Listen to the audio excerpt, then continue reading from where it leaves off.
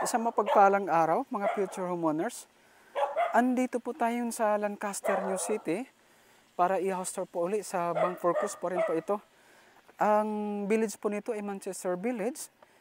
Itong Manchester Village ay isa sa mga high-end po dito na subdivision po siya. Ito yung Gabriel model. Ang Gabriel model ay meron siyang 3 bedrooms. Ang laki nito, corner lot pa po siya.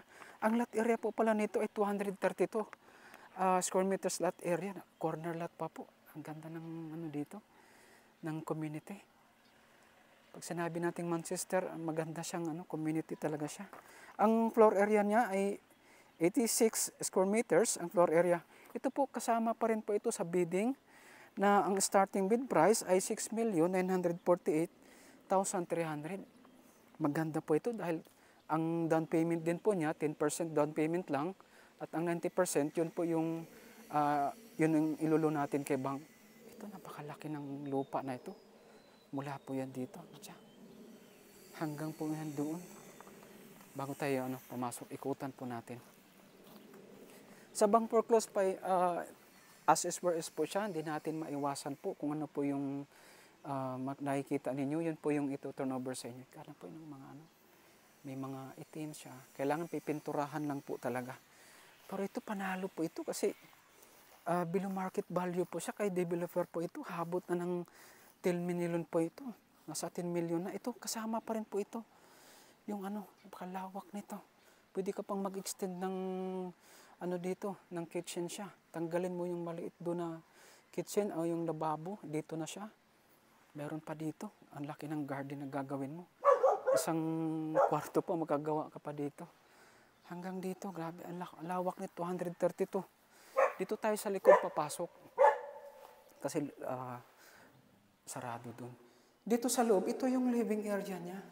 Nakatalis na po ito ng 60 by 60. Hindi pa ito natitirahan kasi wala siyang mga butas na Ito, kailangan lang po ng pipinturahan at na waterproofing po yung tinatawag nilang dun sa may sinturon, yung dugtungan doon.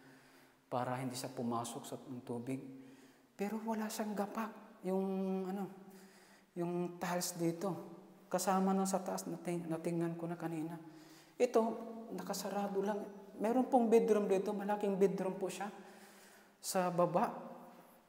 At dito, ito yung, ditong papalitan lang ito kasi yung lababo. Pero hindi siya nagamit talaga, hindi natirhan. Ito yung toilet at bath niya. Ito, nakabalot pa yung shower niya.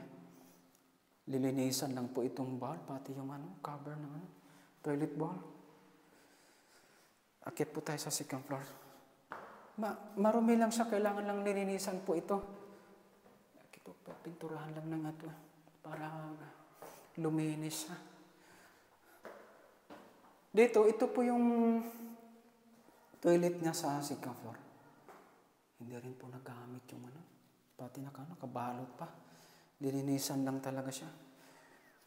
Dito, ito yung pangalawang bedroom. Nasa taas siya. Ganun din po. Halos walang bakat na wala siyang mga butas. Kaya hindi siya natirahan talaga. Ito, maayos po yung niya eh. Walang gapak. Yung tiles. At ito po yung master's bedroom niya. Ang master's bedroom ng Gabriel model, malawak siya, malaki. Kasya po dito ng king size na bed na. Naka-sliding window na rin po. Maayos mo. Pipinturahan na lang, kunting pintura na lang po dito. Talagang ito ay panalo po ito sa 6,948,000. At na 232 pa ang lot area niya. Malawak po siya. Ito, sa mga naghahanap po ng malaking lote, ito po, Gabriel model. Pabilisan po ito, paunahan po kasi bihira lang po yung ganito.